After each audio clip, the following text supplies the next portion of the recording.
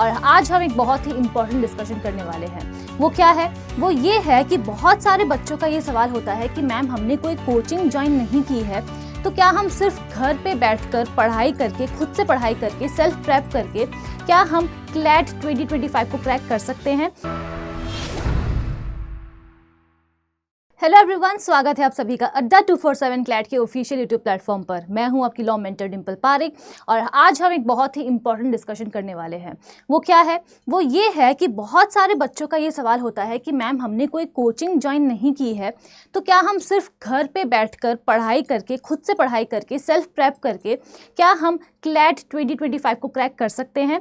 तो चलिए आज हम इसी बात को डिस्कस करने वाले हैं आज के इस सेशन में। तो सबसे पहली बात यह है कि क्या हम कर सकते हैं। तो देखिए, ये तो एकदम जग जाहिर वाली बात है कि nothing is impossible, right? But वहाँ पर कुछ ना कुछ प्रोज एंड कॉन्स हर चीज़ के होते हैं, जिसे हम आगे चलकर डिस्कस करेंगे। So the first thing is कि अगर आप सेल्फ प्रेप करना चाहते भी हैं तो आपको क्या करना होगा? आपको एक स्ट्रैटेजी बनानी होगी। अब वो स्ट्रैटेजी आपको कैसे बनानी है, आपको क्या करना है, वो इन सभी पॉइंटर्स में हम डिस्कस करेंगे। जहाँ हम सबसे पहले बात करेंगे आपको किस तरीके से अपने एग्जाम पैटर्न को समझने की ज़रूरत है, आपको किस तरीके से सही वक्त पर सही गाइडेंस लेने की, सही गाइडेंस मांगने की, सीख करने की ज़रूरत है।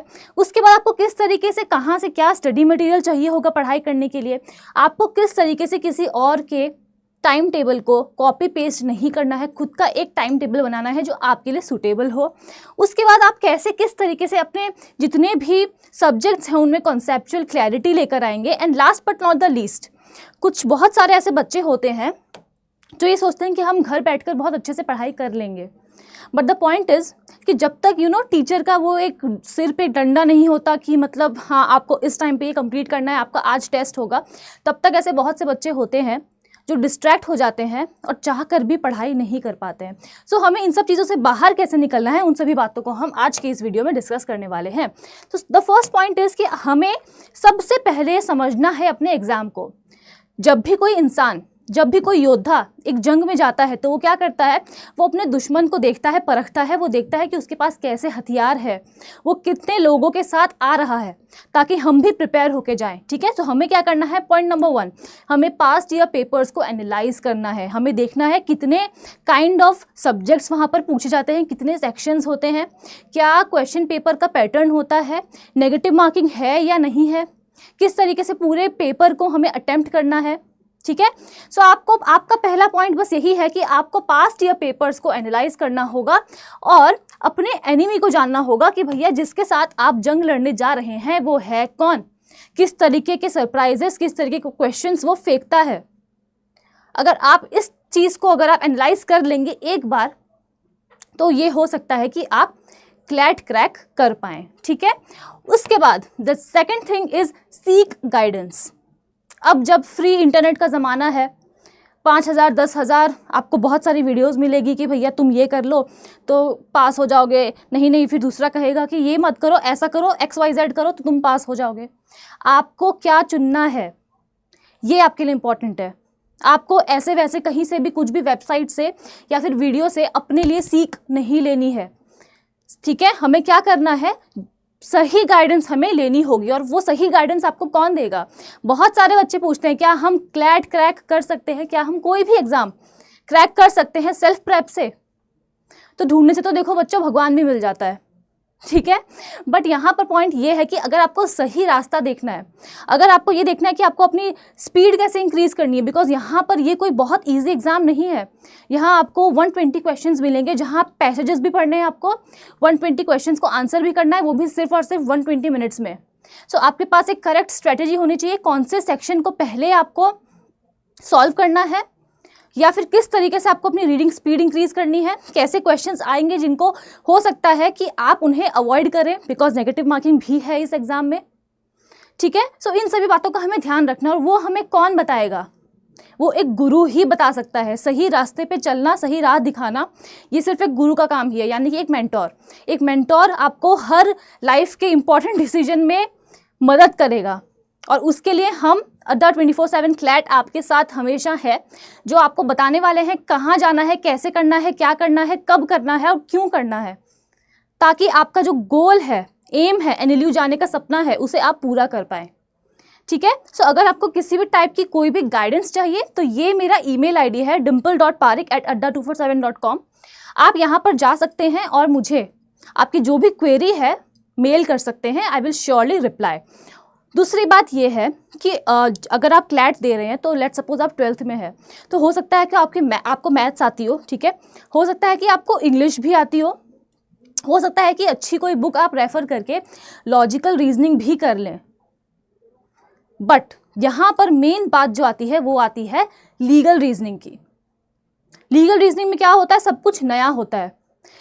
क्या क्राइम होता है, क्या कॉन्ट्रैक्ट होता है, एक्सेप्टेंस क्या है, प्रपोजल क्या है, लॉ ऑफ टॉर्ट्स क्या है, कॉन्स्टिट्यूशन में कितने आर्टिकल्स हैं, रिट्स कौन सी हैं, ये सब बातें आपको कौन बताएगा। जो मिसलेनियस लॉज होते हैं जैसे कि JJ act, POCSO act, DV act, इन सब चीज़ों के बारे में माइन्यूट चीज़ें आपको जानना ज़रूरी है। Hindu marriage act, Hindu succession act, इन सब चीज़ों के बारे में आपको कौन बताएगा। अगर कोई बच्चा है जिसके पास साइंस है या कॉमर्स है या ह्यूमैनिटीज़ भी है फॉर एग्जांपल, तो स्कूल में हमें ये सब ज्ञान नहीं दिया जाता है लीगल रीजनिंग का स्पेसिफिकली। हो सकता है आपकी मैथ्स अच्छी हो बिकॉज 10th तक की मैथ्स इसमें पूछी जाती है। तो मेरा क्या यहाँ पर आपके लिए सजेशन है वो ये है कि एक मेंटोर होना ज़रूरी है जो आपको सही राह दिखाए, ठीक है।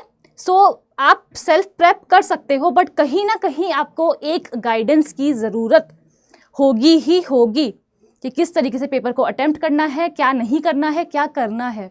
उसके लिए हमने आपके लिए बहुत सारी वीडियोस भी अपलोड की हैं कि सिलेबस क्या है, किस तरीके के क्वेश्चंस पूछे जाते हैं, क्या सब्जेक्ट्स आने वाले हैं, कैसा स्टडी प्लान आप बना सकते हैं, ठीक है। तो उन वीडियोस को आप जाकर देख सकते हैं। Then the next point is gather study material. आप स्टडी मटेरियल कहाँ से गैदर करेंगे? जब तक आपके पास स्टडी मटेरियल नहीं होगा प्रॉपर, तब तक आपको पता नहीं चलेगा कहाँ से शुरू करना है और कहाँ पे अंत करना है। उसके लिए आप क्या कर सकते हैं, अड्डा 247 की वेबसाइट पर जा सकते हैं या फिर अड्डा 247 के एप्लीकेशन पे जाकर लॉग इन करिए और वहाँ पर आपको सभी स्टडी मटेरियल्स मिल जाएंगे, ठीक है। और 22 जुलाई से हमारा एक बैच स्टार्ट होने वाला था मंजिल, बट आप सभी के रिक्वेस्ट पे हमने उस डेट को एक्सटेंड कर दिया है। अब वो बैच स्टार्ट हो रहा है 1 अगस्त से।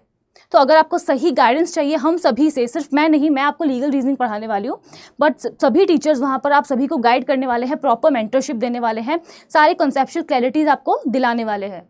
तो आप जाकर उस बैच में एनरोल कर सकते हैं। आप मेरा कोड DIM80 यानी कि DIM80 आप यूज़ कर सकते हैं to avail maximum discount. So I hope यहाँ तक सब कुछ क्लियर है। आपको सभी बुक्स हमारी ऐप पे या फिर वेबसाइट पे मिल जाएगी, तो आप वहाँ से जाकर उन सभी को चेकआउट कर सकते हैं। उसके बाद है प्रिपेयर अ टाइम टेबल। यहाँ पर सबसे ज़्यादा बच्चे गलती करते हैं। वो क्या करते हैं कि यार मेरा एक दोस्त है, उसने कोचिंग ज्वाइन करके रखी है, मैं काम करता हूँ उसके मटेरियल्स ले लेता हूँ, उसका टाइम टेबल कॉपी पेस्ट कर लेता हूँ, तो मुझे फिर कोचिंग की ज़रूरत नहीं पड़ेगी। पर क्या आपको क्या लगता है, जहाँ पर इतना कंपटीशन है, जहाँ इतनी कम सीट्स है और लाखों बच्चे एग्ज़ाम दे रहे हैं, क्या आपका दोस्त आपको सही राह दिखाएगा कि मुझे तो भैया कोचिंग में ऐसा कहा है तो तुम इसे कॉपी पेस्ट कर लो? ऐसा नहीं होता है।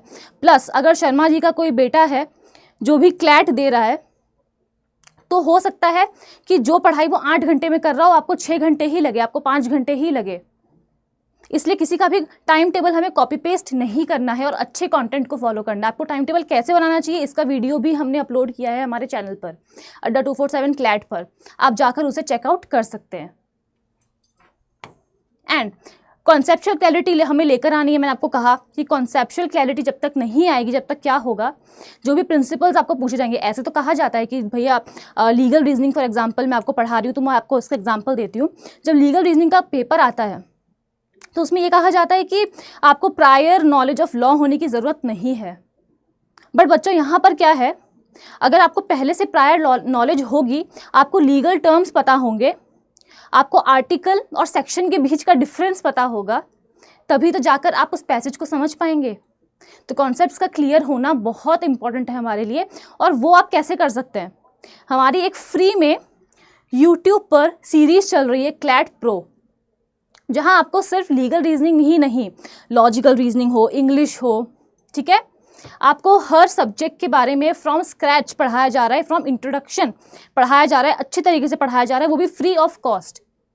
उसकी एक अलग से प्लेलिस्ट बनी हुई है, तो आप जाकर यूट्यूब पर सर्च कर सकते हैं क्लैट प्रो सीरीज़ अड्डा 247 क्लैट।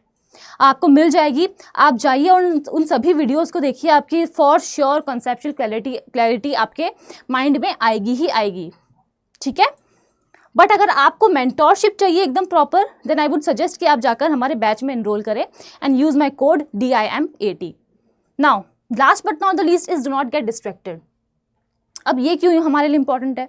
बिकॉज मैंने आपको शुरू में ही बताया कि बहुत सारे बच्चे होते हैं जो बहुत सिंसियर भी होते हैं, ठीक है, बट जैसे जैसे पढ़ाई का प्रेशर आता है, जैसे जैसे एग्जाम का प्रेशर आता है, हम समझ नहीं पाते हैं कि अब हमें क्या करना चाहिए, हम कैसा टाइम टेबल बनाएं, कितनी देर पढ़ाई करें, किस तरीके से मॉक दें, मॉक को एनालिसिस कैसे करें मॉक का। इन सब चीज़ों में क्या हो जाती है, गड़बड़ हो जाती है और हम डिस्ट्रैक्टेड हो जाते हैं, हम परेशान हो जाते हैं, एंग्शियस हो जाते हैं, जिसकी वजह से हम प्रॉपर टाइम नहीं दे पाते हैं, ठीक है। तो हमें क्या करना है, हमें अपनी स्ट्रेंथ और वीकनेस दोनों को पहचानना है। जो एरियाज आपके वीक हैं उन्हें शुरुआत से ही आपको अपनी स्ट्रेंथ बनाना है, उन्हें छोड़ नहीं देना है फॉर द लास्ट टाइम, ठीक है। एंड मोमेंट के लिए अगर आप छोड़ेंगे तो फिर और एंग्जाइटी होगी और फिर पेपर बिगड़ सकता है। तो आपको डिस्ट्रैक्टेड नहीं होना है। अब अगर आपको डिस्ट्रैक्ट नहीं होना है तो फिर आपके पास सिर्फ एक ही ऑप्शन है, वो क्या है कि अपने प्रिपरेशन में एक स्टेबिलिटी लेकर आएँ। अगर आप कोई भी कोर्स ज्वाइन करते हैं या फिर आप किसी से भी मेंटोरशिप लेते हैं तो उसका फ़ायदा ये होता है कि वो आपको सही क्या है, गलत क्या है, क्या अटेम्प्ट करना है, क्या नहीं करना है, किस तरीके से पढ़ना है, क्या नहीं पढ़ना है, कहाँ से पढ़ना है, कब तक पढ़ना है, कहाँ तक पढ़ना है, वो सब कुछ आपको बताएंगे। उससे क्या होगा कि प्रेपरेशन में एक स्टेबिलिटी आएगी, आपको डर नहीं लगेगा कि अभी तक मेरा कुछ भी कंप्लीट नहीं हुआ है, क्या मैं क्रैक कर पाऊंगा या नहीं कर पाऊंगा। वो चीज़ें आपकी जो है वो बोझ है, वो हम अपने कंधों पर लेने के लिए तैयार हैं। बस आपको क्या करना है, आपको मदद मांगनी है। जब तक आप खुद मदद नहीं मांगेंगे, एक मेंटोरशिप के लिए आप एक मेंटोर के लिए सर्च नहीं करेंगे, प्रॉपर गाइडेंस सीख नहीं करेंगे, तब तक हम भी आपकी हेल्प नहीं कर पाएंगे, ठीक है। सो हमें डिस्ट्रैक्टेड नहीं होना है और इन सभी चीज़ों को फॉलो करके हम क्या कर सकते हैं, हम एक बहुत अच्छा टाइम टेबल प्रिपेयर कर सकते हैं, एक टाइमलाइन क्रिएट कर सकते हैं कि कब प्रिपरेशन स्टार्ट करनी है, कब ख़त्म करनी है, फॉर्म्स कब फिल करने हैं, नहीं करने हैं, फॉर्म में कैसे फॉर्म को फिल करना है, कैसे फिल नहीं करना है, सब कुछ हम आपको बताएंगे। सो पूरा कंक्लूजन क्या है इस पूरी वीडियो का, क्या हम क्लैट को क्रैक कर सकते हैं? मे भी कर सकते हैं, ठीक है, सेल्फ प्रिपरेशन से मे भी कर सकते हैं, बट एक मेंटोर की इस लाइफ में जितने भी हमारे सामने आने वाले चैलेंजेस हैं, एक मेंटोर की हमेशा ज़रूरत पड़ती है सही रास्ता दिखाने के लिए, ठीक है। सो आपको अगर कॉन्सेप्ट को समझना है, सब्जेक्ट्स को समझना है, तो आपको एक मेंटोर की ज़रूरत पड़ेगी ही पड़ेगी। So that's all from my side. अगर आपको वीडियो अच्छी लगे तो आप मुझे कमेंट करके बताना। आपके दिमाग में अगर और भी कोई डाउट है तो आप कमेंट करके मुझे बताइएगा, I will be ready to help you, ठीक है। सो मैं मिलती हूँ आपसे अगली वीडियो में। Thank you so much for watching.